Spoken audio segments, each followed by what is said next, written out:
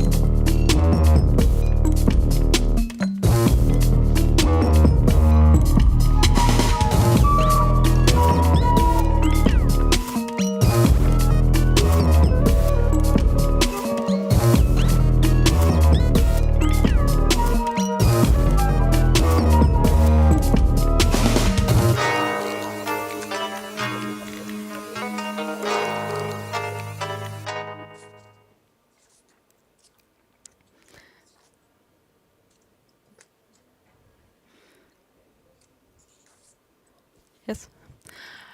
Welcome. Welcome to the Ars Electronica Festival. I'm more than excited that even though we have somehow a similar setting than in the last years, just a little bit different, we are again in Linz. We are here at this wonderful campus of the Johannes Kepler University, almost in the city center of Linz. It's lush and green. It might be raining a little bit outside, but hey, we are here for 5 days of the festival, and we are more than excited to welcome again all the international guests, all the festival audiences to be with us this year.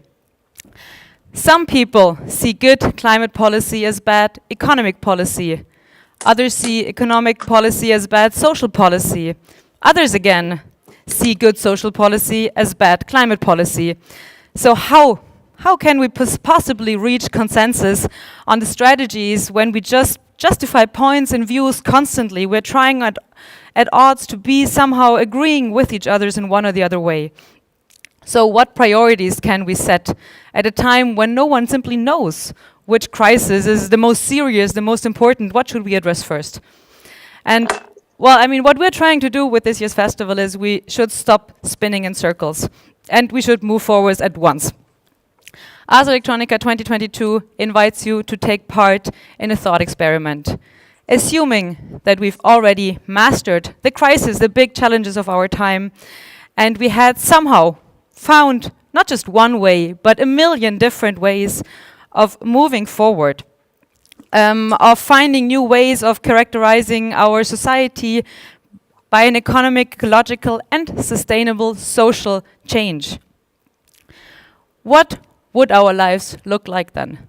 And what would the path have been there? What have been the technologies, the decisions, the changes that we've made in order to get us there? We are gonna, of course, not find the concrete answers. We are going to have a million different ways, a million different suggestions, but we are here together to explore those suggestions, those ideas, those prototypes, together with the 1,000 protagonists of the festival, the artists, the creative, the activists, the forward thinkers, the scientists, who are all gathered around here.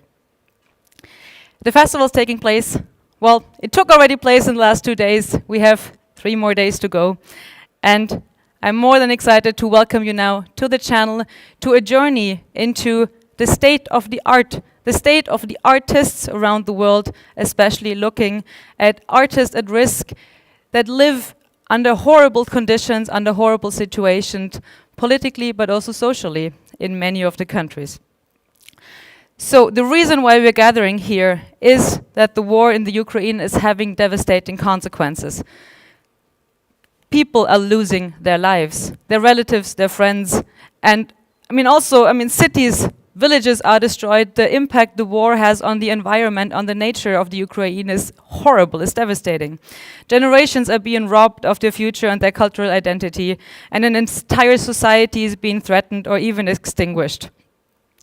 As a platform like Aselectronica, like the festival, we feel it's our need and our task and our role also to do something.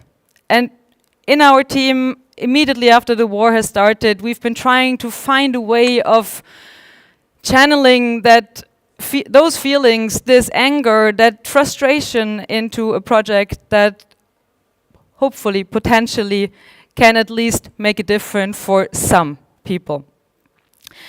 And it's strange that art is so often labeled as a special interest somehow, but artists are always amongst the first to be targeted by authoritarian forces. If art were sociopolitically irrelevant, the intense pressure that is being put on it, especially on the artists in many places around the world, would seem somehow exaggerated beyond measures. And in that context, I need to bring in a quote by the Federal Ministry of Austria, because those are the ones that we are issuing this open call, this program with. And he said, his name is Oleksandr Chepelyk, he said, art also thrives on the freedom to question everything. That is precisely what is essential in a free democratic society, and that is why it's so indispensable that art is protected and supported.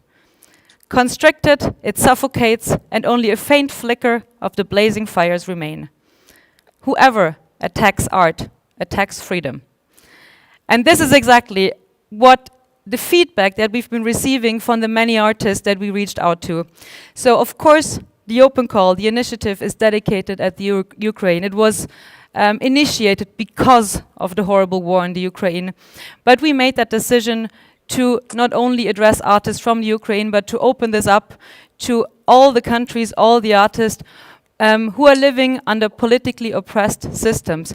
Whether they are oppressed in a way that physically they cannot anymore do what they're supposed to do, be creative because of bombs falling on their houses, or because they live in systems in places where simply they are robbed of their voices because otherwise they would be put in prison or even worse.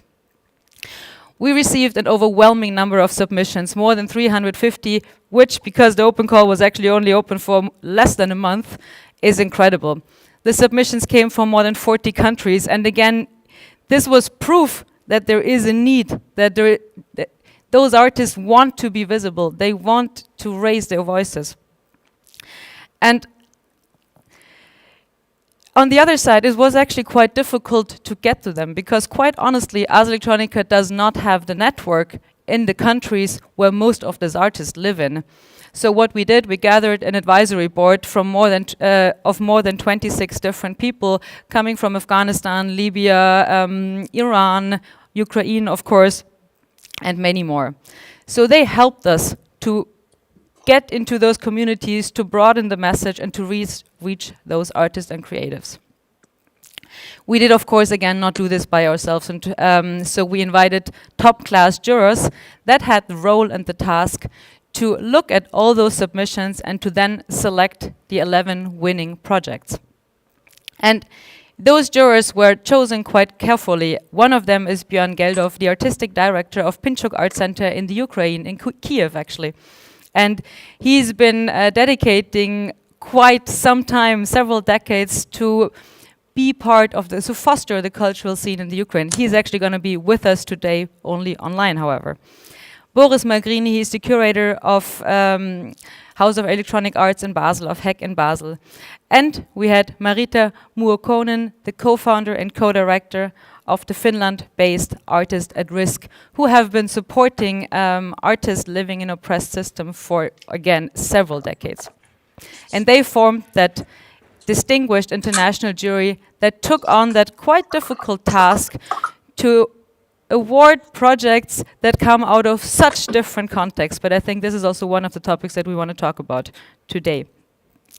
So now it is my real honor and pleasure to introduce Björn Geldof to be with us on stage, at least virtually.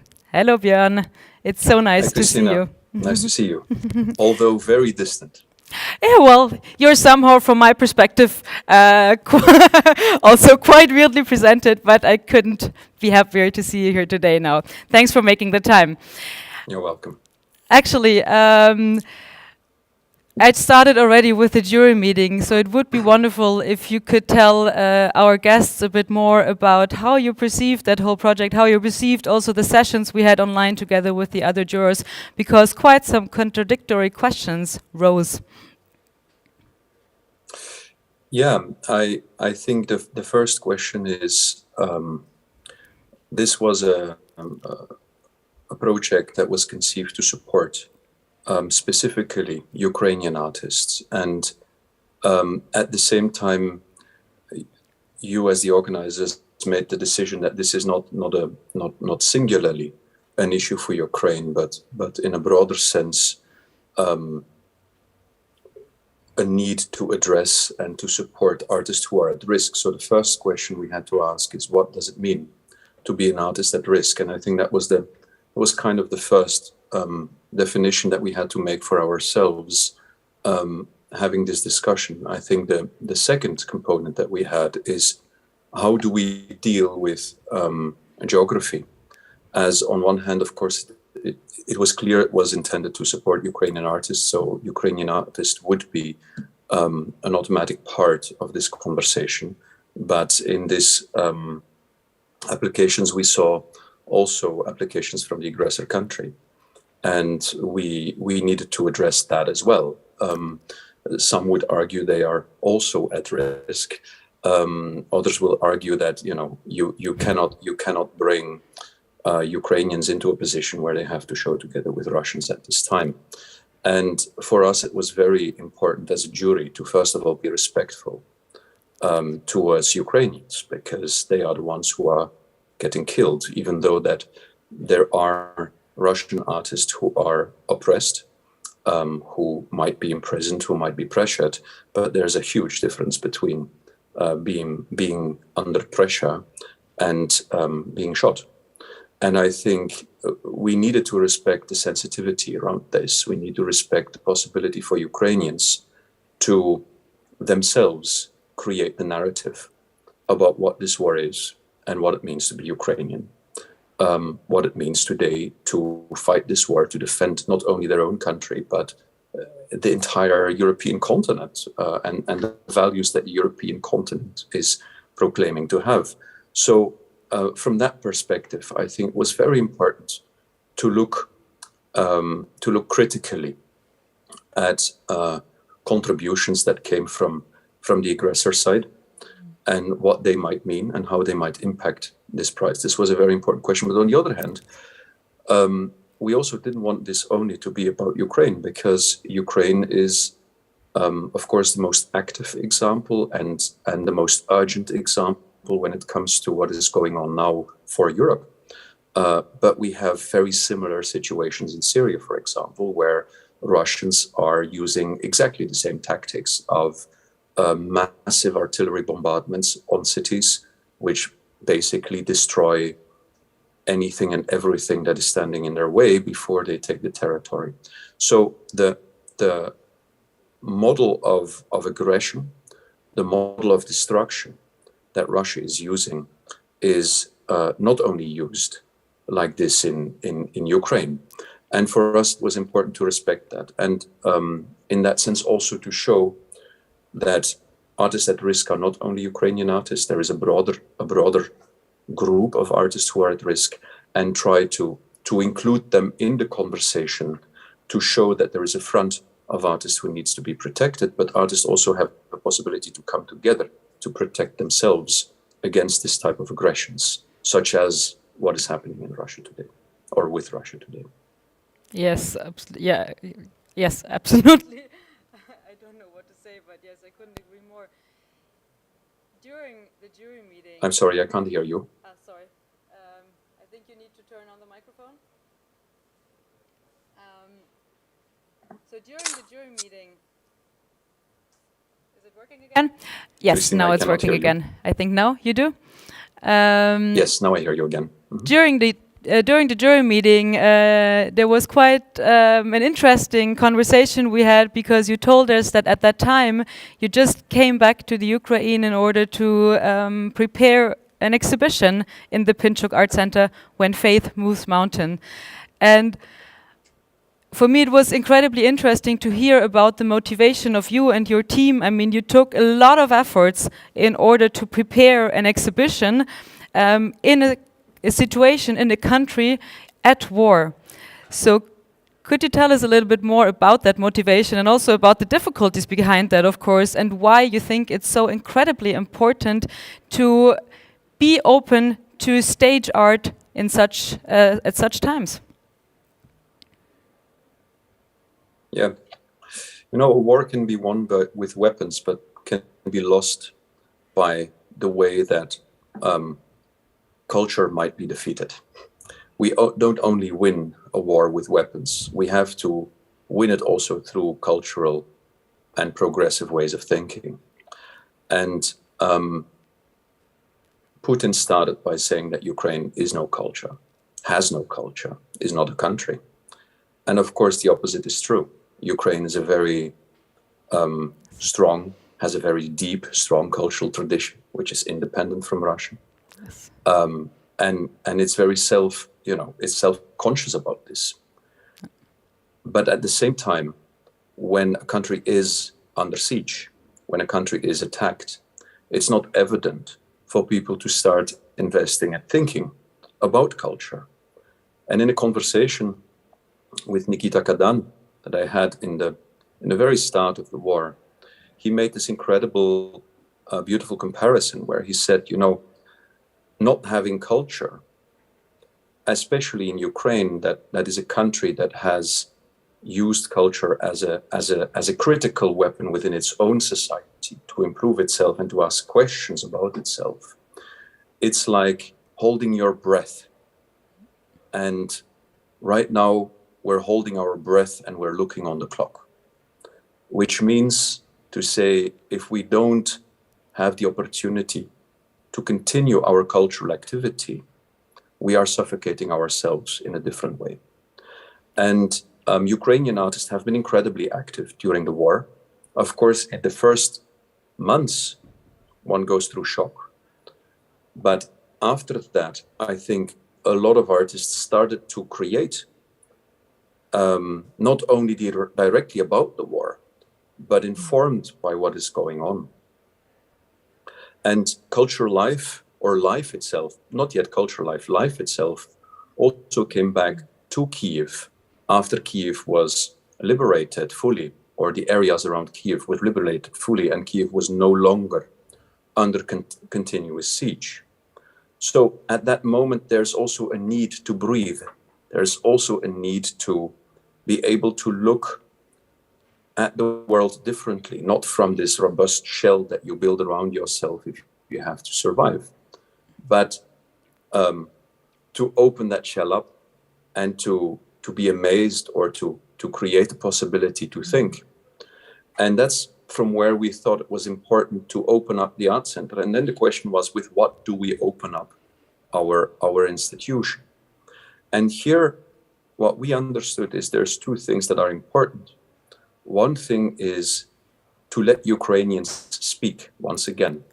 Their works are systematically strong, and they are incredibly engaged, and they voice very often things that are deep concerns for Ukrainians. So they resonate immediately. But on the other hand, Ukraine historically is a very open society and part of a world. And it was just at the moment that the European Union decided that Ukraine had the right to become a member state of the European Union, which means that for the first time there was a political decision to embrace Ukraine as a part of Europe, not just geographically, but also in terms of the political meaning of it. And together with my friend and museum director of MUCA, Bart de Bare in Antwerp, I invited him to say, let's bring the collection, the national collection. In Belgium, collections is federalized, so it's a national collection, but it's in the hands of Flanders. To Ukraine, let's bring in the international world back to Kiev. Let's share a risk, because of course works cannot simply be insured. And this cannot be just a decision of an institution or two curators. It needs also political support. And from that perspective, we received the support of the Minister President of Flanders, who said, this is a risk I am willing to take. And I think that's important because Ukrainian culture is deeply rooted in European culture. And to bring these narratives together is in a way to bring Ukraine back into the European family, but in a cultural sense. And to bring that to Ukraine gives an incredible trust and feeling to Ukrainians that Europe is with us, that Europe is willing to take also own risk, because the collection we brought is in the end heritage. It's something that we do not want to lose. And as far as I know, heritage has not been allowed to go to countries at war in the past. And for that matter, it's double so important. So we brought that beautiful collection where we chose works specifically for their healing power or their relation to European history and the war and the wars that Europe has had, or to the idea of empowerment. We brought that together with those new produced Ukrainian works. And we brought that into a conversation, into the exhibition, which was not conceived in a traditional sense, but almost as a sort of actionism, where we came with a collection and we built the exhibition in conversation with everybody around us. And I believe that exhibition brought exactly what Nikita Kadan described as oxygen back into the conversation in Kiev. And for me, it was a very big question how this will be received. Because of course, you don't want to make an exhibition that can be said this is a form of escapism, where you don't want to look at the reality that is going on. So for us, it was very important to anchor this exhibition into reality. On one hand, by continuously bringing artworks that reflected on what is going on today, or reacted, perhaps not reflected on what was going on today in Ukraine, but also by including the exhibition we made for Davos, Russian war crimes, inside of the heart of the exhibition. And that kind of anchors this whole history that we are bringing into what is going on today. And the audiences have been incredibly responsive. People came in masses. You know, we used to have 5 million people in Kiev. Now by cell phone count, it's 2 million. And we still receive between 600 and 800 people every day. Wow. Who come to engage with this. So there's a hunger, there's a need to be able to come into a different context, which is not, you know, the risk that everybody has every day, although that risk doesn't disappear in the museum. And to be able to engage with a different type of thinking, to open up and to feel again at a certain point. And we see that our audiences do exactly that. They become very emotional and they spend a lot of time in the museum. They spend a lot of time with the works because it gives them something that they need right now. And it shows again the role that culture plays and the importance of culture into even moments where there is war. And of course, this was not an easy exhibition to set up. You asked me about the difficulties, but I think we have an incredibly professional team and very professional partners who made everything in the safest possible way. And of course, the works are insured, but they are not insured for acts of war or of terrorism. But for the rest, of course, we followed the normal procedure that one would do making an exhibition.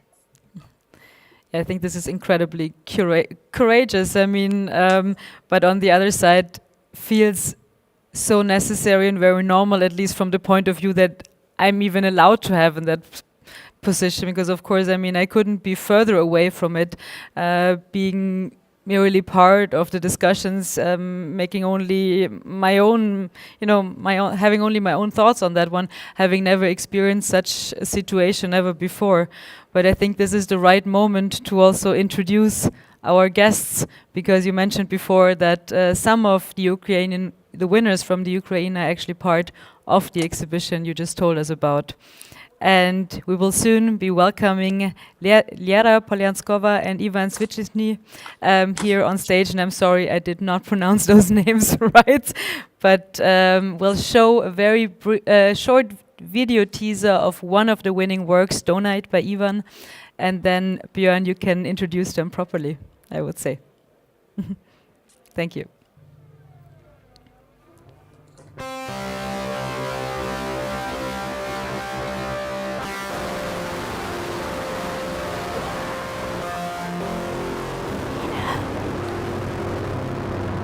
Yeah, you did.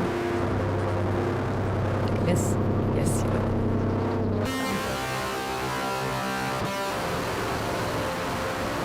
You need to turn on your ears.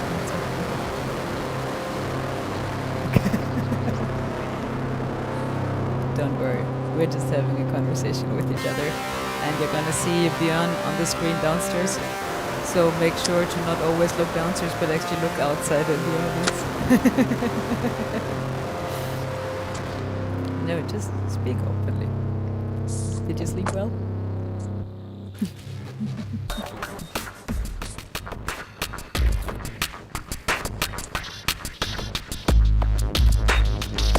I will ask Björn to lead a little bit the conversation because there's more connection, but I will try. Want some water?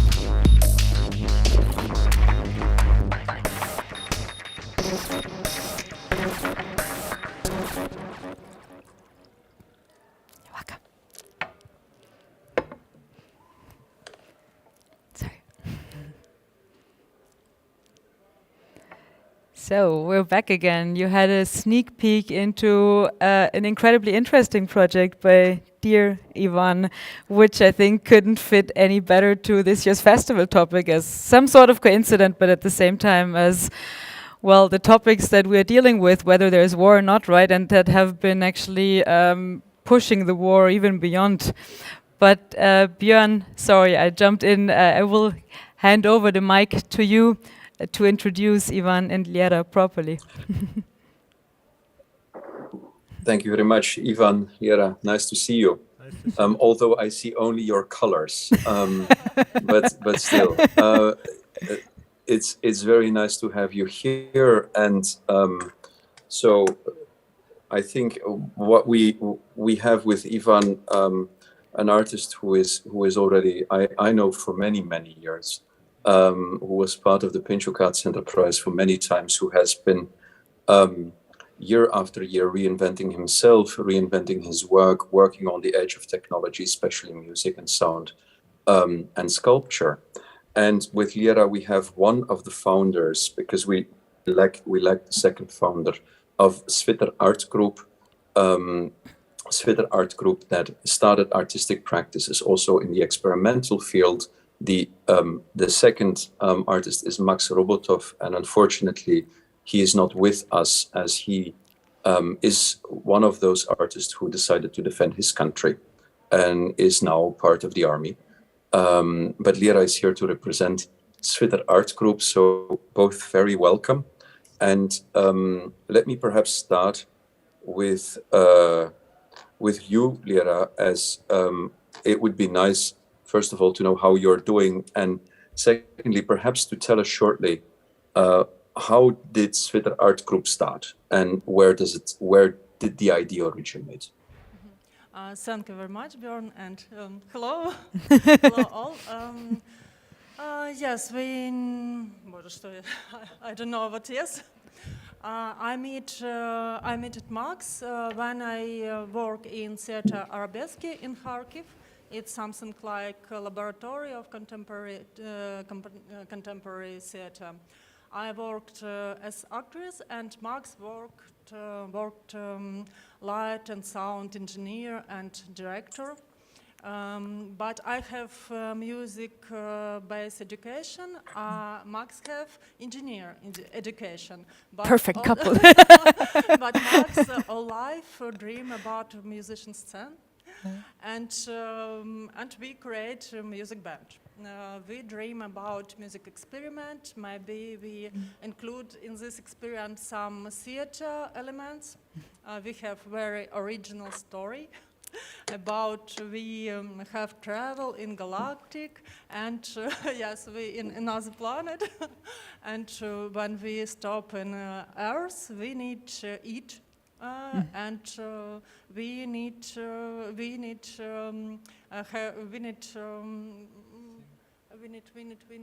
do performance and make money. Yes, and some moment we understand that this form music band, it's cut of our experience, and yes, our experience. And that moment we meet Ivan. We have more conversation about art, about music, about science, about new media, and in this conversation, growth. And by this conversation, growth growth to our performance, to sound performance. In this performance, we mix our bass, view bass, sound bass, music bass. And that moment, it was very important experience for me and for Max. And that moment we stopped call it SVITER. We have a new name, SVITER Art Group. And that moment we work with new media, with our new media, and but now Max in army. Thank you very much, Liera. And I mean, Ivan, you joined them, and you told me also kind of where the project that has been selected, where it came from. So I think it would be great to hear how this transition happened from a physical space and why this transition happened, because I guess that's quite important to learn from a physical space to a virtual space. Yeah, thank you for the question. And yes, we collaborate a lot with different scenes, and we make a lot of events like Festival of Sound and exhibitions, work as somehow as curator and try to make collaboration with other artists. And once we have some huge space, and just director give us for free, and we run there a lot of initiative from artists like free studio, sound record studio. We put all our stuff there, and everybody share. It's super nice place with a lot of exhibitions and concert, experimental music, and it's like great time. But it's 2013 and even 11, 9, and we have a huge problem because we have pro-Russian government in Kharkiv, who is trying to just destroy Ukrainian culture and Ukrainian economic. And once we have real illegal takeover of this place with guys with guns, and they just come ruin everything and say you must leave by 1 hour. And it's totally stressful situation when we start to think how we can manage this and how we can survive in such situation with all these terrible things. And we start to think about somehow mix it real life with virtual life and create some kind of place where you not need nothing, you not need even place, even production, you not need nothing, and you can do everything.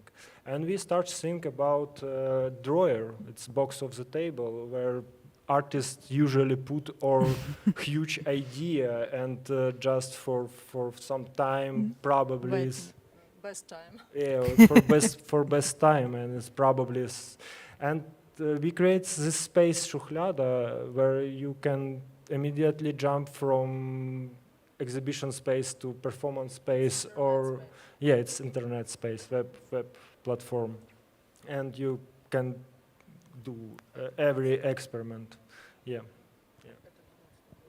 Yeah, and I think it's an interesting moment where SVITER becomes also where it becomes, you know, a very radical space where you invited several artists to think about how to act in that digital room, and not from what I found interesting is it doesn't come from the idea let's work in that digital sphere, but it rather comes from the idea where can we be free.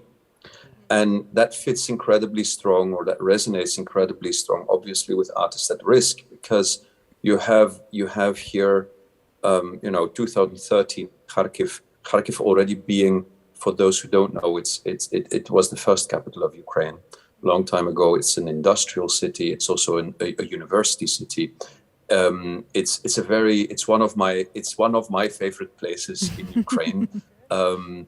And it's a very hard town. Yeah, it's a very rough town, and I think it's also a place where artists continues. I mean, it's the most fertile ground for artists, as far as I know, in Ukraine. Always fantastic new ideas come from there. Really great art groups originated there, but also individual artists originated there, and the oppression that happened in 2013, translating that to a free space, a space where you can operate freely, I think was absolutely beautiful.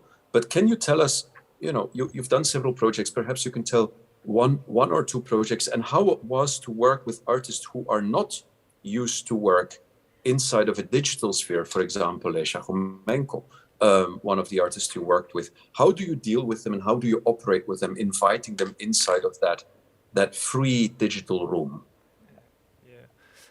So super thank you for these questions, because it's a great experience and go through this and explain to curator and artists who don't have experience of COVID yet, and it's quite interesting, and a lot of great ideas pop up for us. And you said about Lesia Homenko, and she knows a lot about this project from the past, and she's example of creators who can understand such a space, and she push a lot of idea before these exhibitions.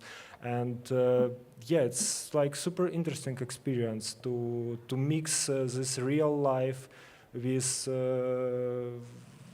it's give for us a lot of answers. I think when you in discussion how you can create some project with artists who never be in web, it's like super experience. I can say just this. But less opening this experience, and and Lesia been in this experience all the time, and she's like generate a lot of idea, and a lot of great artists who already have exhibition and the Shukhlada art space. They all time thinking in new way, and it's great for us because it's our idea thinking in new way. For example, Alexei Sai make amazing exhibition where you go through all his work and this idea of take over your control and you just go in the black hole of the work, and it's and Shukhlada gives this opportunity to make it real. It's like, it's great.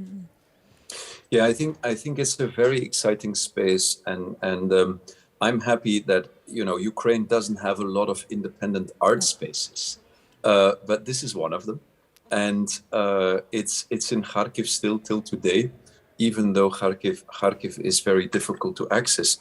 But let's also go to you, Ivan, because both of you are not only selected together with Max for SVITER Art Group and the digital space, but Ivan, you're also selected with your work Donate, that you developed while the war started, and perhaps it makes sense for the audience that you give us a short introduction in what this work is or what it wants to become. Let's say it like this. Okay, so for me, quite important to understand when we go through the war, we start to feel war. It's not only a human catastrophe, but it's ecology catastrophe, and we already need to think in which way we need to manage all these things what Russian soldiers do in our country now. For example, on the Lugansk and Donbass, they just ruin the mining places with all this poison who goes in the river, and then with all this nuclear terrorism. What kind of thinking we must choose in the future when war is stopped? We need to understand and switch our mind. And main point of this project, it's more not energy donate, but mentality donate. When you donate your changes in the brain, and in this way work exists. For example, you just switch off light what you all time switch on, or you not scroll all day, but scroll 1 hour, and you thinking about energy what you use, and you donate this time. Sorry to interrupt, Ivan. I think it's important to explain a little bit what the work is, and if you allow me, I'll do that shortly.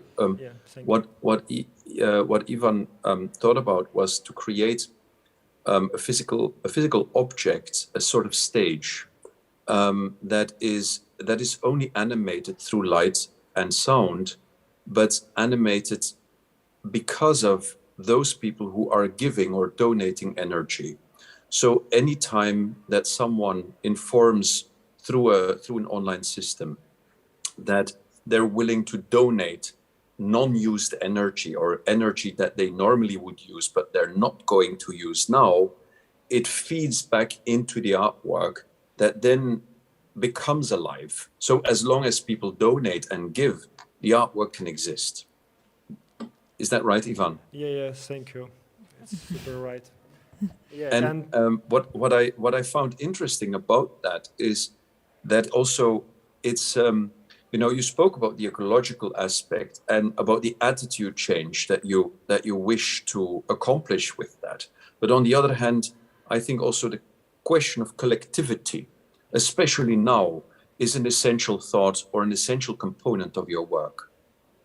Yes, for sure. And this feeling of collaboration, what we have now in Ukraine, when we have one enemies and all country, like work for fight, and we have this collaboration. And main point for me, it's bring this collaboration feeling in the future, and it's about this. Yeah, and how we can manage all these things after with this collaboration, and try to not lose this lost. And at the same time, it's a work that really kind of invites not only Ukrainians but the entire world to partake and to change their own personal attitude to how one uses energy. Ivan, you gave me the example of not switching on the light in the kitchen in the morning, and instead giving it to the work.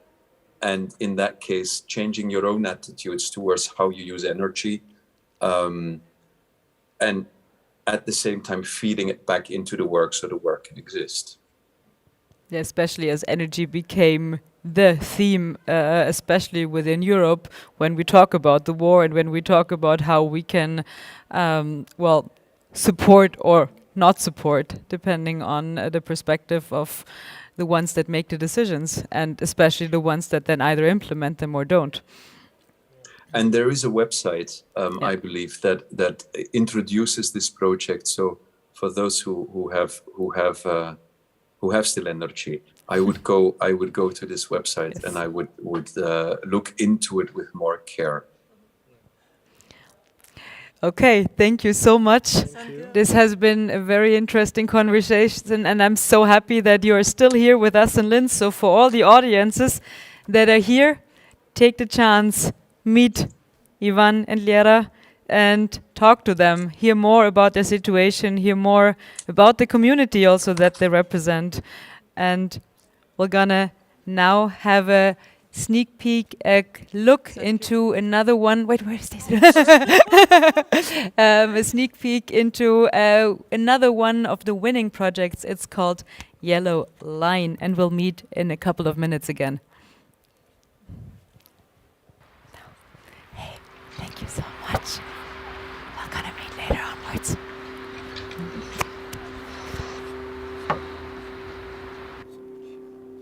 Likewise, I can only give this back to you.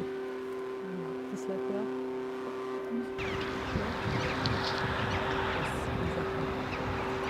Enjoy the festival so far. Walk a little bit around, see some of the copies, meet some of the other artists. There are a lot of let's see each other later.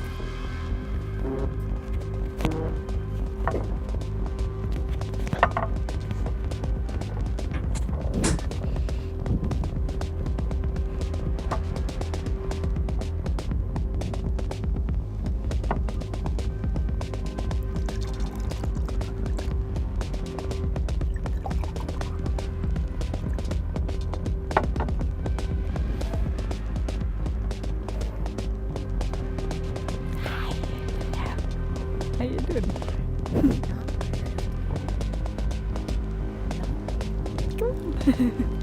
Hello. Hi.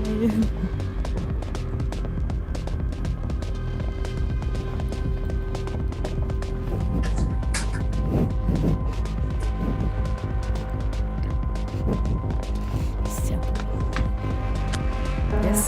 Oh, okay, I will tell them. So, put it on.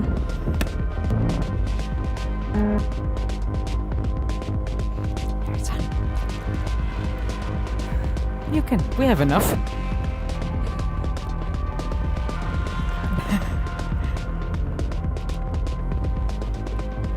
you go. Welcome.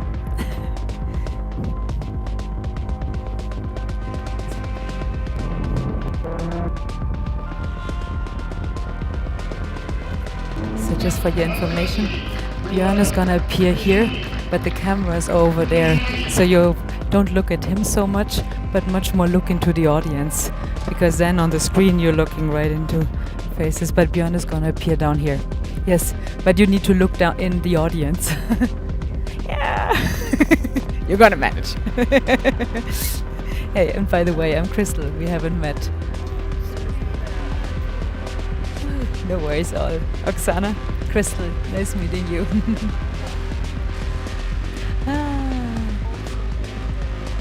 I can imagine.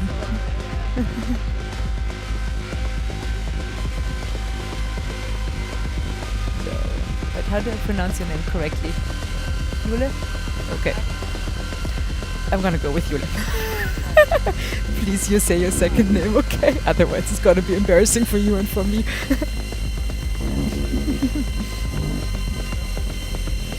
No, it is important. But it should be pronounced right.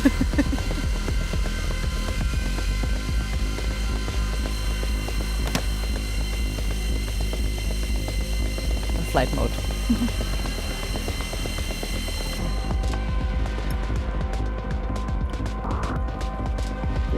here's some water for you if you need some. Yes.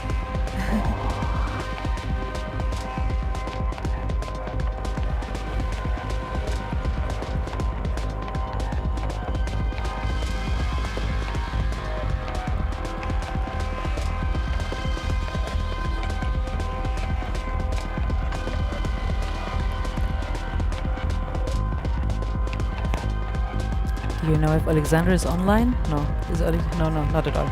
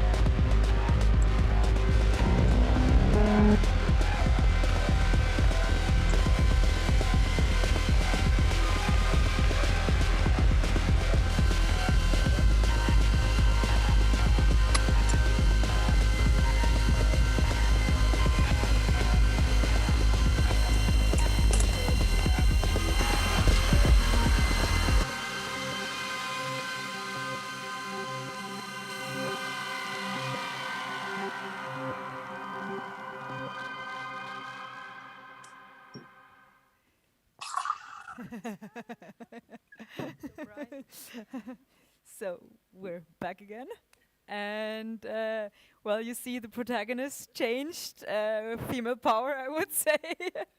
And thank you so much for being here, Dana, Julia, and Oksana. You're here representing also Alexei. Yes. Sorry, yeah, but it's wonderful having you here, and Björn, you're back with us too.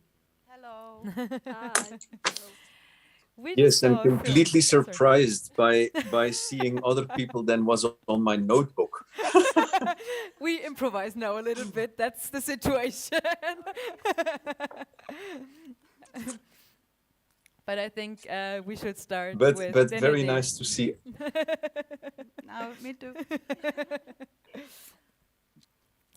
We'll start So, with Denede, right? And So, hearing yeah, a little bit. But Björn, you prepared an introduction about that wonderful art group. I mean, I didn't prepare an introduction, but of course, DND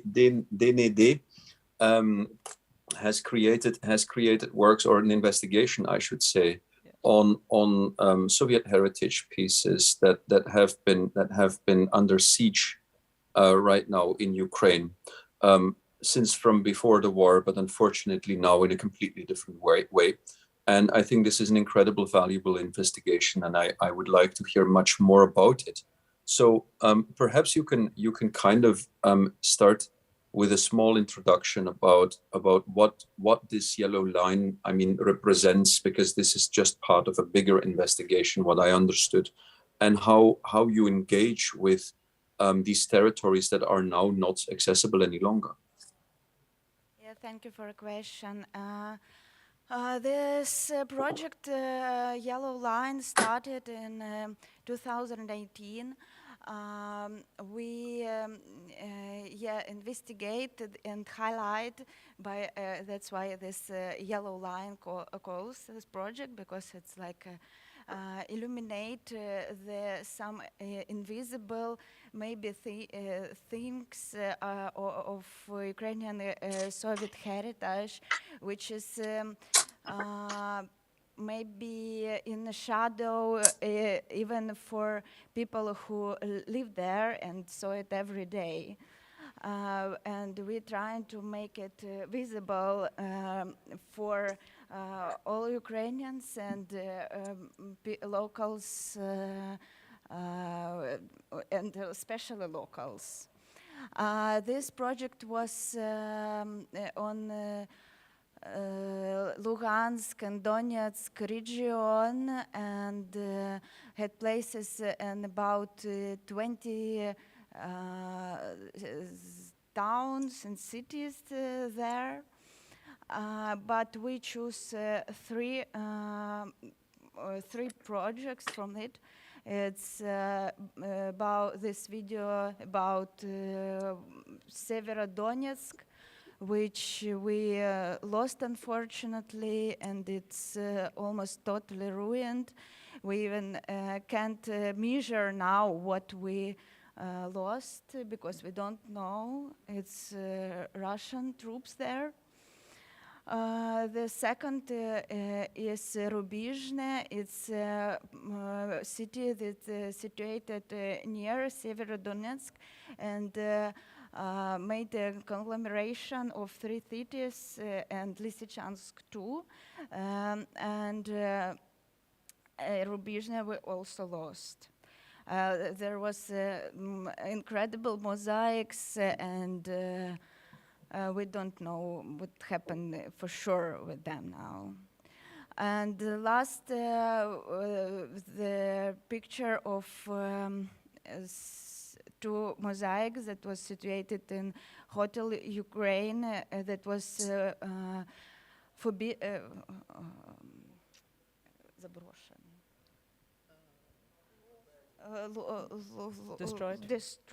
destroyed even before the war, but the incredible mosaics, Bureviter and Tree of Life of famous Soviet artists, Alla Gorska and Viktor Zaretsky were there, and we know for sure they are half destroyed now. And especially, I'm sorry, I have to thank you for the sound, and thank you Ars Electronica for this opportunity to hear it on the big sound, because it was made by Lesia Nikienko, the Ukrainian musician, which took her performances 2 years ago, if I'm not sure, 2 years ago, it's Electronica. Thank you, Lesia, if you're watching us. It's so anxious and really made the piece of art with this video. Yeah, your question was? Yeah. So I mean, I think the subject is incredibly important. I'm sorry, I just was distracted as there seems to be something happening here. I hope I don't have to run into a shelter. But I was also distracted. My apologies. I think the subject is incredibly important because, of course, you know, when we think about Ukraine and when we think about Ukrainian history, that part of history is something that Ukraine will have to find a way forward with. So by documenting before things are lost, I think you create memory, you protect memory.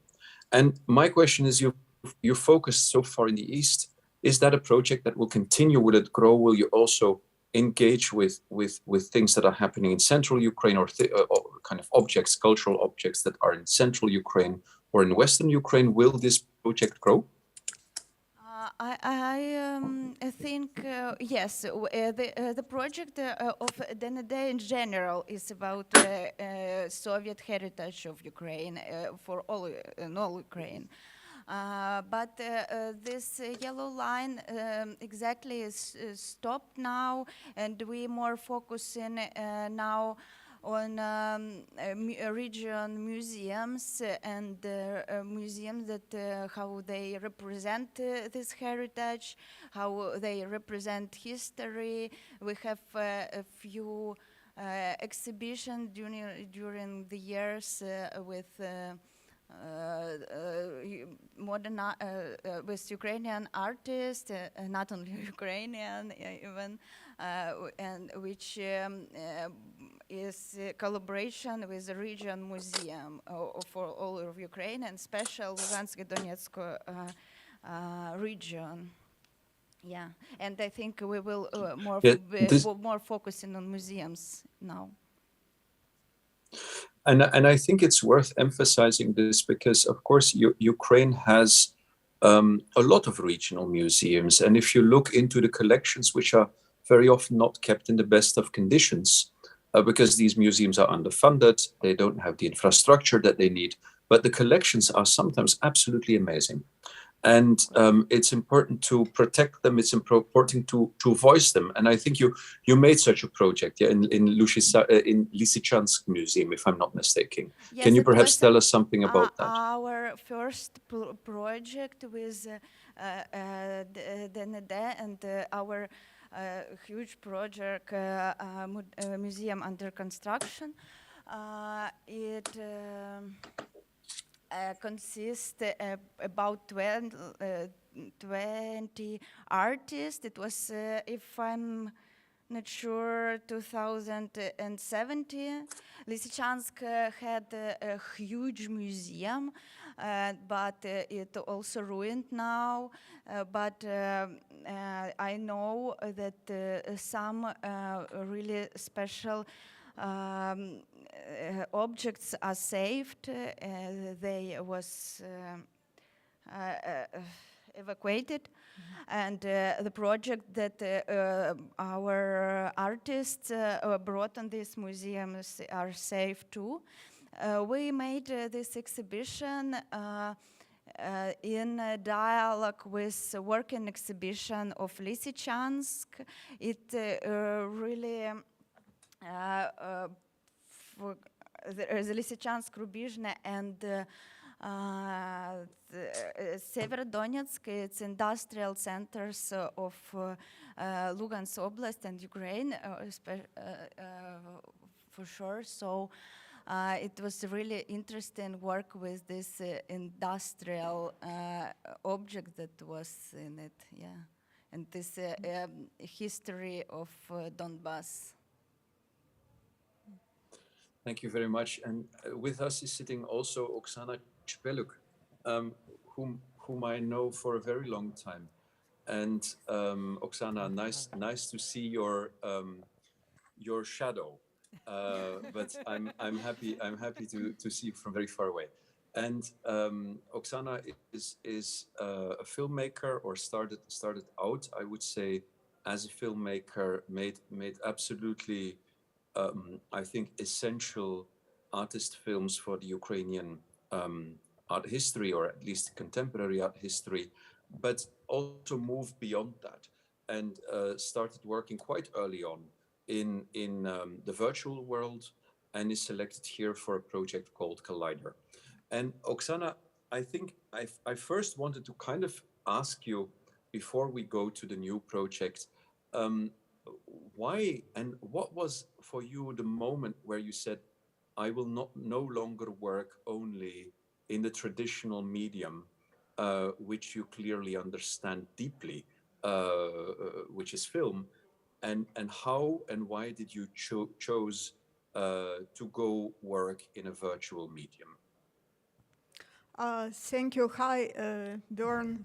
Thank you for this question. And first of all, I would like to thank you for your efforts about Ukrainian culture, to support it right now during the war with your exhibition set up in Pinchuk Art Center, and also to thank you very much Ars Electronica for supporting Ukrainian art as well, because it's not every top level festival and biennale can do this. So our respect for both institutions.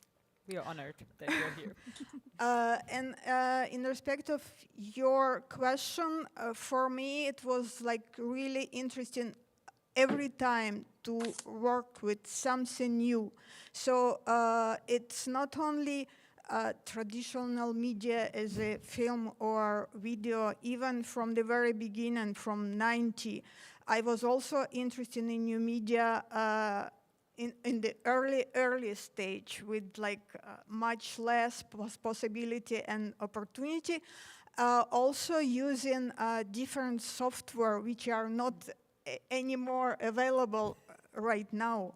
But in comparing with the VR and with this particular project, it has to be real immersive space, because I had to go to Berlin to art residency. It was 2020, so pandemic year.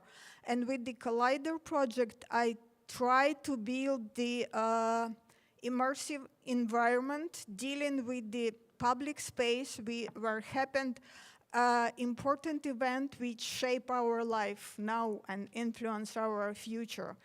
And also the main reason for me was try to speak about Ukrainian event as a part of the worldwide event, which is like by major world considered as a local event, but from my point of view, it's not local event. And I try to speak like to work as a bell that's not local event. Just be aware, not to be blind about. So that's why one of the project I had to do in Berlin, also referring to the history, referring to the Berlin Wall fall, because probably for the major world, it's like the past event. For us, it's not really past because the wall was moved toward Ukraine. And it exists until now, but just in our frontier. So the Berlin Wall was not really destroyed from our perspective. And for me, building immersive environment, it means to invite people inside to feel this historical event, to feel our time. But as a pandemic, it was not possible to go to this residency, and I switched to the VR environment, trying to do the same in VR.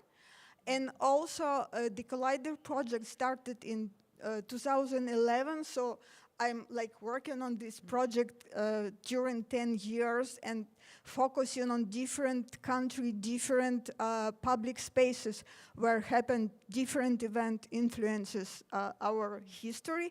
So I had already multiple installations, and I tried to combine all of them inside of this project, which can serve as a cosmic or space station, like running around the Earth, planet B, or still around Earth, capturing this vibration of time, space. And when I did it, this was important to capture the event from Minsk. Now the more focused in Ukraine. And it was not really possible to build everything as in real space. So I switched the aesthetic to kind of pop art aesthetic or gaming, but it should be this shift from this aesthetic to the content, to the sense that I'm trying to deliver. Yeah, I think the work became kind of an archaeology of our day, of our time today, and it's of course a massive piece that keeps collecting and collecting. Is this work going to stop, or is this something that you will continue to build out throughout your entire life? Well, concerning the Collider itself, I see it as a non-stop, ongoing project, because those events are happening every day, and the project can grow and growing like every year. And it's politically important to make under the light all those events and public spaces, because it's involved with the public space and with the people.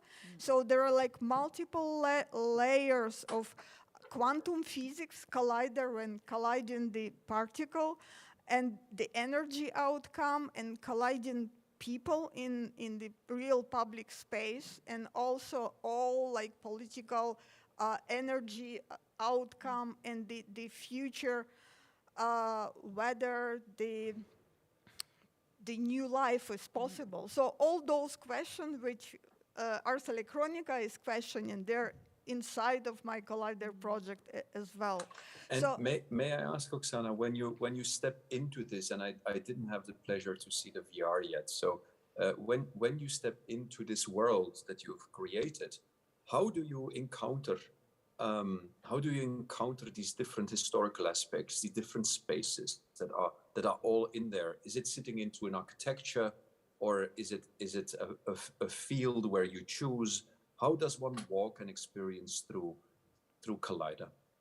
I was like planning something like multiple platform, and I built it as a multiple platform. One of them is a pyramid platform with like 4 levels, floors. And pyramid, it's also referring to probably the eternity or the history going like deep. So all architectural inside of the project is about time-space collision and time-space, the perception. So it's not the space to hang the images or to show the work. It's about our time and the perception of this time-space. That's why, for example, double Möbius structure, it's also referring to the time which is like going as a Möbius. Because if we go before the Second World War, about the annexation of Czechoslovakia part, and even here, the Austria as well, annexation. And now we have the same, the same type of event with Crimea and with the following war. So it's kind of the history goes with this Möbius strip or Möbius very complex but returning. And it means that the humanity, the world doesn't really learn the lessons. And so this is the attempt to bring this into the spotlight and try to speak about it's a time to learn lessons. Absolutely. Thank you very much. Thank you very much. I don't know, Christina, if you want to take over, perhaps you, because I'm always speaking. We said we would speak together. Yes, I didn't want to interrupt. One thing that I actually was really interested in hearing more about is how do you build up the story of the events that you chose to be part of that Collider? Because I'm assuming now that of course you have this narration also going through, because when you jump into the Collider, at least I saw it only on Mozilla Hubs, you have suddenly this massive amount of information there. How are you supposed to walk through it? How are you supposed to experience history, very likely not in a linear way, but very likely in some sort of Möbius network connection? Yes. Yeah, and also there is like another platform of the same title, Collider, and it's built as a like real physical collider. And there are like couple of the platforms around as a balcony, something like this.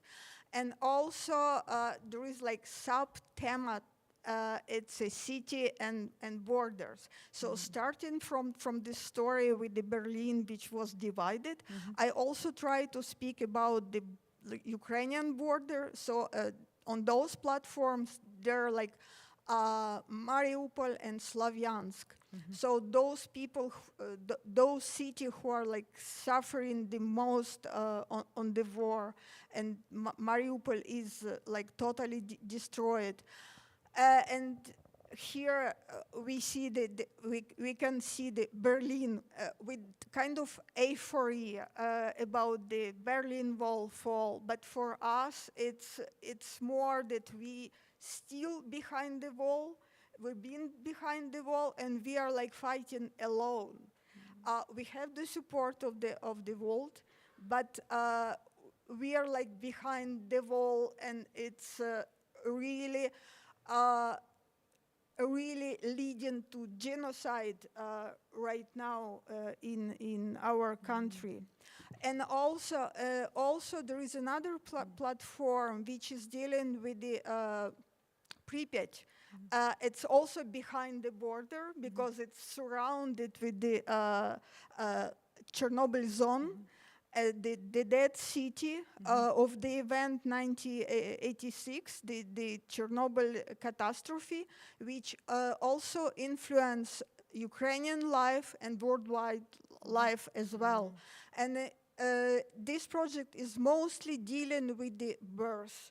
And it's working as a real-time birth rate monitoring in the country. Like, for example, in Ukraine, every 1.5 minutes the child is born.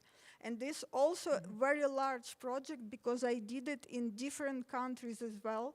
And in different countries, working with the different context, which is like amazing and very interesting in this case. But here it's ecology, which influence reproductive system in Ukraine, ecological, economical, and so on. So this is like really wide narrative, which include a lot of topics, but they're kind of connected. Obviously, yes. You wanted to add something to that, I Dana. just want to add that, correct you, I'm sorry, it's not Slavyansk. Severodonetsk, Slavyansk is Ukrainian now, and it's okay. But what I have to said for your topic about Severodonetsk, that it was ruined the second time. It was totally ruined during Second World War. Well, rebuild it. I hope you will see the project because in my project it's about Slavyansk, and it's about the occupation of Slavyansk in 2014. So this is the first event from which started the war. The war for us started not 24 of February. It's 8 years war right now, and this project is speaking about also. I'm really Don't worry. waiting for watching it. Actually, I wanted to ask about how Oleksandr is doing because, well, you are here representing Alexei. I'm sorry. I'm here representing my husband. He is still in Ukraine.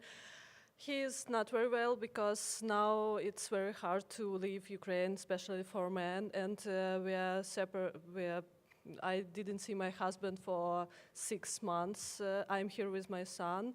Thank you, Austria, for protection and for everything, because really it was very hard to separate with my husband because we are one team, one art group, Exactly. and yes. So now I'm here and he is not here, and it's very sad because. It's hard to imagine how many people now are without families, and I'm also without my husband, and it was really disaster for me because I lost my life actually, and now I'm trying to live again, to how to survive. I'm trying to survive. Yes. So sorry. Yeah, yes, and it was also hard for my husband to work on this video because he and we all understand that now it's just digital memories because these all monuments and all pieces of art don't exist anymore. And yes, we have only these memories, and it was really hard to understand that now it's impossible to see it again, and now it's impossible to even to count how many monuments and sculptures and mosaics are destroyed, and we're losing our history actually. Even Soviet part of history, it's also important because many great Ukrainian artists made these projects, and it's important also to remember them. It's to honor them. Yes. I can't agree with this more. I think it's a very, very strong message that we need to remember that a lot of that what you guys have been investigating is Ukrainian, and it is part of the Ukrainian heritage and part of the Ukrainian history. Yes. So finding a way to bring that back to Ukraine is important. And it's so important for all of us to be aware of that because, I mean, listening to you, listening to what you say, looking at the video, looking on what you do, for us it's still somehow far away, even if we see it every day in the news. But you cannot imagine it simply. You can only capture it, well, in your thoughts, but not so much emotionally, at least. And I think it triggers something in us, or at least I can say it about myself. I don't know about the audience, but if you speak to someone that actually has seen that sees every day of how the landscape, of how the city, of how the society, of how your friends and family, they change. And yeah, this is the most horrible effects of that war. So I think from our side, greetings to Oleksij, Thank you. and really wish all the best for him. We'll have the chance now to have a look into the VR collider, and we'll meet again afterwards in a new constellation. Thank you so Thank much you. for sharing this with us. And again, same here, take the chance to speak more in detail about the projects, as they have a dimension that is fascinating and that is of course very hard to bridge now within the short amount of time we have here. Thank you. Build-up platform that is hung over the planet Earth and captures the vibrations of time and space. I wanted to work with the topic of events that have taken place in public spaces and have influenced both our present and future. My first collider happened in Dallas, USA, then were Los Angeles, Moscow, and Kyiv Orange Revolution. It's an image of radiation that resists and the confinement tries to time it. I call it radiation timer. Collider combines both the revolution of dignity, Kyiv 2013-14 on the right, and the Almaty collider. Back in 1986, protest events happened in Almaty. The protest that we knew nothing of had occurred before Bloody Sunday in Vilnius 1991 and Tbilisi massacre 89. We see the sphere with Sarajevo collider that refers to 1914, which means it's been a century between Kyiv and Sarajevo colliders. The last one refers to the time when the assassination of Archduke Franz Ferdinand happened and the World War I began, leading to the subsequent division of the world map, the collapse of the Austro-Hungarian Empire, the emergence of new states.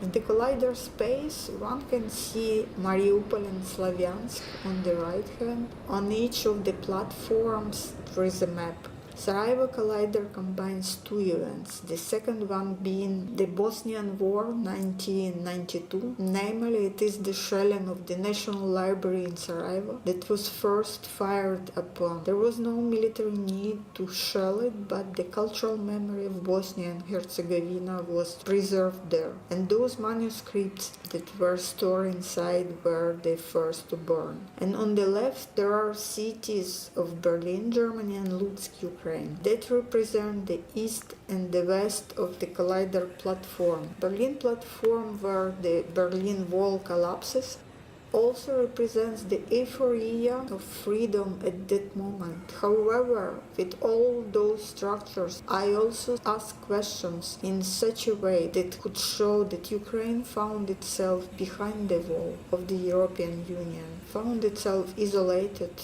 found itself alone with the current aggression and occupation. The project is about giving the voice. It is kind of bell that announces that we cannot turn a blind eye into the problem and events that take place in the heart of Europe. And this structure in the project is not only space for demonstrating installations, it's demonstrate the space and time that is not linear. It has a rather bizarre configuration indicating a complex relationship with space and time. The double modus includes video that relates to the maritime nations, Venice-Odessa collider and the episode from Cetinje, Montenegro, where fragments of the King Nicola I's coronation are involved. It means that we are talking about the formation of the states. Kingdom of Montenegro has existed for 8 years until 1918, when it lost its statehood. All of the aforementioned sounds very similar to the history of Ukraine, the statehood of which once existed for 3 years from 1917 to 1921. This architectural rose on the facade is a reference to medieval cathedrals. In fact, we are talking about the return to the Middle Ages, when the norms of civilization no longer work, while force is predominant in solving problems. With the help of quantum physics, it's possible to explain the processes that occur in consciousness on both planetarian and social scales. This means that with the help of quantum physics we can understand the existence of two matrices that are in superposition. All mankind would appear in one of them if each individual made a conscious choice. There are two very distinct spoiled tips in Slavyansk, the iconic image of the city. Here on this spoiled tips appear the collider near the city council, which was sized in Slavyansk and Semenivka, where the Russian militant troops were located. The project asks, are people just elementary particles in the system of accelerating global forces, or the energy of interaction can generate new meanings, new thoughts, new type of social relations and life on Earth? I invite the viewer to the Chernobyl room. This Chernobyl room with a fragment of the Genesis project that stands for secluded city abandoned in the zone of alienation 35 years ago. We are flying over the Chernobyl nuclear power plant in Pripyat. The walls of the room show an ultrasound examination of the fetus, while this area works as a real-time birth rate monitoring in the country. Every 1.5 minutes, a child is born in Ukraine. In this installation, each new birth is reflected by a sharp signal taken from an ultrasound examination of a human artery. In simple words, it is the sound of the heartbeat.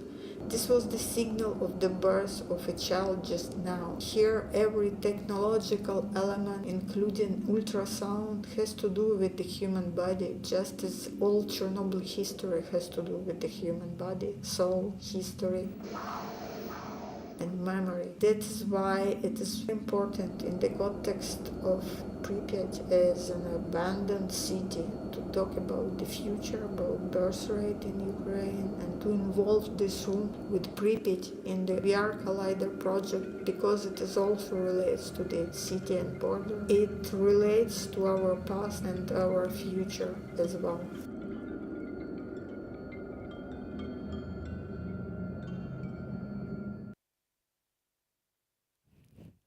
So the lights are on. The guest changed. And I'm incredibly happy to have with me now, with us actually, Oleksandr Burlaka. I may call you Sasha, you just agreed on that one. And I think Daria Pugachova is supposed to join us online. Maybe she'll join later. Björn, I think you and Sasha, you know each other very well, right? Hi, Sasha. So very good to see you there. I think I understand Dasha will follow us online, right? Exactly. Is that what I understood? Yes, Okay. exactly. So then we start with Sasha Burlaka. He's an artist with whom I have also quite a long history and a beautiful parcours. Sasha, it's great to see you in Austria, and you know, I think for many people it might be interesting to tell a little bit about your own history and the way you came to art, because different than many others, you did not start as an artist. It would be nice to hear that small parcours. Hello. Yes, I was studying architecture in Kiev and started to work in the early 2000s. And in the process, I was getting more and more bored by this practice, and met Nikita Kadan and Trap Group and other artists, and started to, together with my friends, Ivan Melnichuk and Vlad Goldakovsky, we formed an art group and started to do different shows, and somehow I occurred being here. That was very short, probably a lot of Yeah. years captured into 2 sentences. Actually, I'm being bored from time to time by architecture, and artistic practice is much more complex, and for me, because you have to invent your own frames, boundaries to work. Yeah.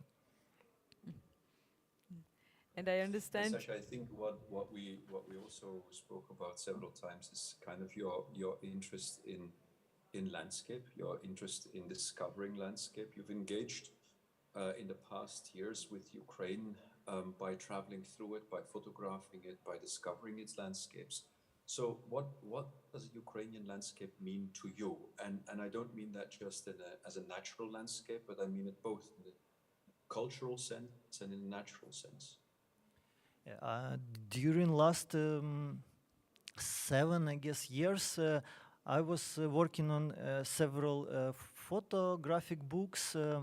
Like it was research on Ukrainian balcony practices, different balconies, and also together with artists Sasha Kurmas and Alexei Bykov on contemporary DIY churches all over Ukraine. So I was traveling a lot, often going by bus to the places I've never been, or just walking the whole day just to see something. And Ukrainian cultural and geographical landscape is very diverse. It's a huge country. For example, like destinations from Kiev to Lviv or from Kiev to Odessa are the same, like from Linz to Berlin, I guess. And it is only the half of Ukraine from the capital. And it's also very interesting to discover it through architecture, because architecture in Ukraine often wants to be very representative, and also it is a very complex mosaic of different periods, different styles and political regimes, and also because of the different warfares and revolutions that occurred during last 150 years. And that's why it is so complex, and it's interesting to discover it. Yeah, and I think it brings us also to the work, the big wild field draft, which you are going to present. And when we spoke earlier, I asked you, where did the idea start from? Where did you kind of started to think about this work? And I was quite astonished by your answer, so I'll ask you again. Where did this idea, originate to work on a map that was a description, or a lost map, I should say, that was a description of Ukrainian landscape? In one sense, where did it start? And then the second question, as you know, is why this specific description and this specific piece of land? Actually, formally it started with the online residency of Izolyatia, and Izolyatia is an art institution coming from Donetsk, and it migrated to Kiev because of the war in 2014, and there is a really concentration camp in their venue now till now, and the theme of the residency was the landscape as a monument, the post-industrial and industrial character of the steppes of Donetsk coal basin. And also it was coming from my practice of previous traveling, from a walking perspective, and I was trying to find out what I'm doing, so I was reading Bruce Chatwin Songline's book on Australian Aboriginal perception of space, not through the territories with the boundaries, but through the ways, through the lines. So I was trying to look at the steppes of the south of Ukraine from that perspective, and found out this ancient map from 16th century, which was like commissioned by Russian Tsar Ivan Grozny, and I found out that it was a commission with the perspective of aggression, if we were looking from the later history. So the map was lost, but there was this textual description. It was interesting for me to go through that landscape basing on that textual description, because all the rivers and water dividers and villages are there. And also it was work with the colonial text from the other side. And now we see that war, and also it was interesting that this very ancient medieval situation later became the basis of the industrial revolution there. And it was interesting just to see how beneath the very contemporary situation there is this slave trade and warfare ways. And now everything came back because actually this territory now is the place of occupation.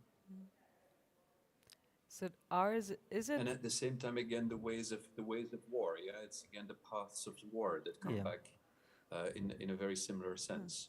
Yeah, because if you are if you want to cross less rivers, which every military officer wants to do, you are walking the same ways through thousands of years. So a way of occupying a country is following how the ones did it before you in some sort of way. I think Daria joined us now. Welcome, and thank you so much for taking the time. Hello. Hello. So Hello, Arts Electronic. welcome, welcome. So you are currently in Sofia still, or are you on the road traveling? No, now I'm in Oslo. I participated in residency praxis about violence, oppression, creative resistance. Okay, can you turn the sound a little bit up, please? Thank you. Then we can hear you a little bit better. Maximum? It's maximum? No, not from you. I mean our technical team. Have you ever met before? I don't think so, right? Nice to meet you. Nice to meet you, Daria. Nice to see you online. In any case, I mean, Daria is a performance artist, also an activist. I should say correctly, who comes from Rivne, a very beautiful town which I always pass driving by car from Kiev to Lviv, and. Daria, in Rivne, you have started actually with a performance, which I wanted to start from. It's not the performance that was selected for Ars Electronica, but I think it's a performance that shows really what you aim to do and how you aim to engage with your art. And it's of course a fountain performance. And you spoke about what you said there. An artist should be someone who can change her reality. That's what you believe. So I would love you to go into that and to shortly tell us, you know, have you succeeded? What was this performance about, and how do you still believe you as an artist can change your reality around yourself? Yes, it was a very significant performance for me because it was first time I come back to my hometown and performed there. Yes, first time when I was an artist in my hometown and could do something for the space. So performance was about destroyed fountain, Tumbelina, which is situated in the center park of the city, and in general condition of fountains in our city is bad, so they're not working, mostly all of them. And I chose this one because it was place of my childhood memories. And I slept 2 days in this fountain in a costume, golden costume of Tumbelina.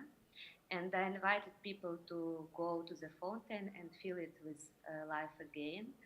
So they could bring their any artistic expression, for example, to sing a song, to draw with chalk on the walls of the fountain, or to read me a fairy tale. So this place transformed into a stage and a place to think about the future, what this space could be, what this fountain could be, or any other images, visions of the space that people could bring.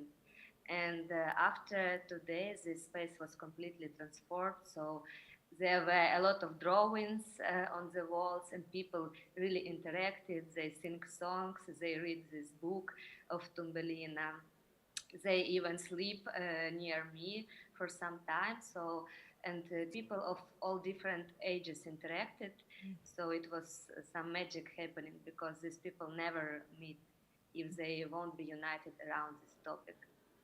And at that, yeah, yeah. No, I think just to jump in there, I think it's a very beautiful story about Ukraine. I think Ukrainian people engage really, and when it comes to art, when it comes to culture, they care, and they feel it as part of themselves. They feel it as part of their reality, and that's why I think also many of the Ukrainian artists, if not almost all Ukrainian artists, have such an engaged position. Yeah, it's not an indifferent position. It's not l'art pour l'art, as they say. It's really a way to transform the reality, as you so nicely said, around yourself. Yes, and you But can do start continue, please. from your hometown, from small place, and see how it works actually, because people they care also about the place where they live, but they maybe don't know how to engage. So as artists, we can propose them a playful way, and then they react easily because it's very welcoming space for them. And it's not necessarily to stand with slogans, you know, you can engage as an artist there. Yeah. And you went recently to Bulgaria. I mean, when the war started, and I would like to ask, you made there the performance, which was then also selected for us, Ars Electronica. I will close the skies so you could breathe, which obviously is you know, directly related to the urgent calls that were in the beginning of the war to close the skies of Ukraine, to protect Ukraine from these missile attacks, which were systematically endangering everybody throughout the entire territory. But how was it for you to perform not in your hometown but abroad? How different was it, and how differently did people engage? Yeah, it's very interesting that you actually connected these two performances because when the war started, I was again in Rivne and with my parents. And there I stayed. I didn't plan to stay, but it happened and I stayed for a month. So I came with the idea for next performance when I was in Rivne. And after that, I applied with this idea to residency in Bulgaria and was accepted. And that's how I came actually to Sofia. So yeah, I wanted to bring this idea to close the sky and again to invite people to interact with me and create a camouflage net over my naked body. And this was initial proposal, so I selected a place in Bulgaria, a Soviet monument of communist partisans, to have this actually past that we share, the Soviet past, but also the past that Russia wants to bring as a future, which is impossible. And this monument also, it calls Bratska Mohyla, and I actually find it when the events in Bucha came in, and we see these Bratska Mohylas there. So it all was like connected with what I experienced in Bulgaria and what happened in Ukraine at the time. And I developed this performance for several months to create, and in June it happened. And yeah, it was happened something I couldn't plan, because the day of the performance the storm started, so it was heavy rain, and people couldn't come to support me, and maybe not also because of rain, but the general political situation in Bulgaria is very divided. So at that time, and now they have also strong pro-Russian movement, and soon they will have election, and it's possible that even this pro-Russian force could come to power. So yeah, I was there alone, and I decided to perform anyway. So I did the part of performance that I could do alone, and this net I used, it became like limitation. It couldn't be a protection, but anyway I perform and I sing a song, Ukrainian folk song Verbova Doshichka, and express this anger and pain and try to protect myself as Ukraine protects itself without any help. Even if we won't have help, we will fight. So I think this situation reflected on what's happening in Ukraine, what's happening in Bulgaria and the world. Yeah, thank you very much. I think it was very clearly said, and it must have been very hard to perform at that time. It must have been a very tough choice to do it, but I think it's really important you did. Yeah, for me it was the hardest performance and the hardest choice I ever made, because I was thinking, should I cancel it or should I stop? Also because of technique, it was raining and I couldn't use what I planned. But I felt if I won't do it, there is no point, because I wanted to do, and anyway I should do what I can, being alone. And this means that in a way this performance now exists in a document. You will not reenact that performance, as the context has, the context really made the impact, I assume. Yeah, you can see the video, and the video I will share with people, and I think it will have influence, and people could feel related what we feel in Ukraine now. Thank you so much. Thank you so Thank you very much, much. Daria. This is, please, we'll have a look at the performance later. It's incredibly powerful, and even though it did not, it did not happen as planned, but at least what you've showed us, I can imagine actually is even stronger. That what you might have planned initially, happening by coincidence. We'll have now actually. We'll look at the video that you produced, the big wild field trip following the trenches, the rivers, the pathways through the Ukraine, seeing how history somehow, swaps into the present, I would say. Thank you so much. Please. I would like to thank Ars Electronica for being here, to Bjorn, and I'm very thankful to Ukrainian military forces and saluting them. Absolutely. Thank you for... Slava Ukraini. Yeah. Героям слава. Let's have a look into the video. Thank you.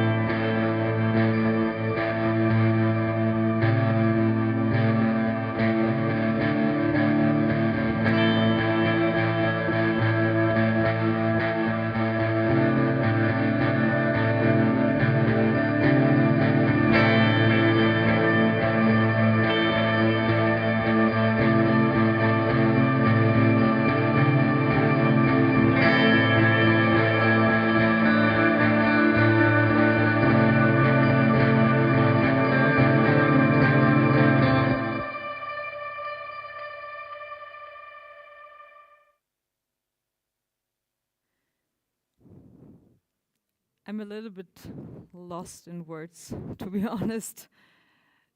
It's been incredibly interesting to follow this process, but at the same time it feels so out of hand. You feel so lost in terms of that it's hard to make decisions, but it's hard to imagine yourself in a position of where you talk about projects that are coming out of a situation that is so unimaginable, at least for me personally. And I had the chance to meet with the artist that joined us yesterday, very briefly in the evening. And I think it was one of the nicest, but at the same time the hardest gatherings, because and that does not happen that often, but I simply didn't know what to say, because what do you ask them? Do you ask them how they're feeling? What do you talk? And it might be different. I don't know, Björn, you are much closer to the culture, you are much closer to the situation, but at least for me it felt incredibly hard to think about of how to evolve that discussion today around. And in the jury meeting was somehow more theoretically. We talked about project, we talked about the backgrounds, you told us about some of the artists and their interest, but seeing them here, having them here with us is the nicest part actually of that whole project. And therefore I really want to thank everyone, whether they joined on virtually now or they made their long way actually from the Ukraine to be here with us, for taking that time. I really, really, really appreciate it. And also for you, of course, Björn, that you made the time. In reflection on what we saw, on the stories that we heard, I mean, maybe you have a couple of words that let us off again in the afternoon from your side, that are more optimistic than the ones I'm currently having, actually.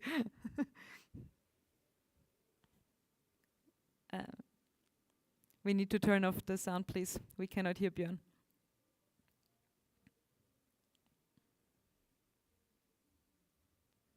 Sorry. Yes, now. I muted myself. Okay, now.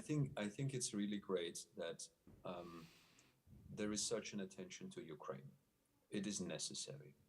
And many, if not all of these artists deserve to be in the spotlight, and they deserve to be part of this European or Western cultural canon. And they need to become part of that conversation. They will influence that conversation in a good way. And I think the one thing we shouldn't do is make the mistake of 2014, because everybody here mostly thinks that the war started February 24th. That's not true. The war started in 2014 and never stopped. And of course, it got escalated in 24th of February. But I think what we shouldn't do as a cultural world and as cultural representatives is be happy with ourselves for supporting, for a short term, a cause that is the only cause that really can be supported like this. We should be aware that if we want to avoid or if we want to prevent things like that to happen, claims like Putin has made to happen, then we should embrace that culture and we should make it systematically part of the conversation in Europe and in the West. So I hope that the attention that Ukraine gets today becomes sustainable, and that its artists, which again I think are absolutely brilliant, become really a part of the Western canon and engage systematically in different exhibitions, both in terms of group exhibitions and solo exhibitions. And thank you, Christina and the whole Ars Electronica team for bringing that also inside of your thinking and inside of your practice. I hope it will stay. We'll do everything what we can from our side to make sure that this happens. Thanks for spending the afternoon with us here. I would like to point out really and really highlight that in the same building, just on the next floor, we actually show all those projects, and you can visit that exhibition and take a deeper look, take more time to engage with the projects, but also to engage, of course, with the artist here on site, to use that opportunity. And thereby, thanks for watching, thanks for joining online and on site, and we'll continue tomorrow at the same time, 11:30 here, with the next part of that project, that initiative actually, where we talk about artists at risk, not from the Ukraine, but in this case from countries like Syria, like Myanmar and Hong Kong. And several artists are going to join us also on stage tomorrow. Thank you, Bern, and enjoy the festival. Thanks so much. Bye.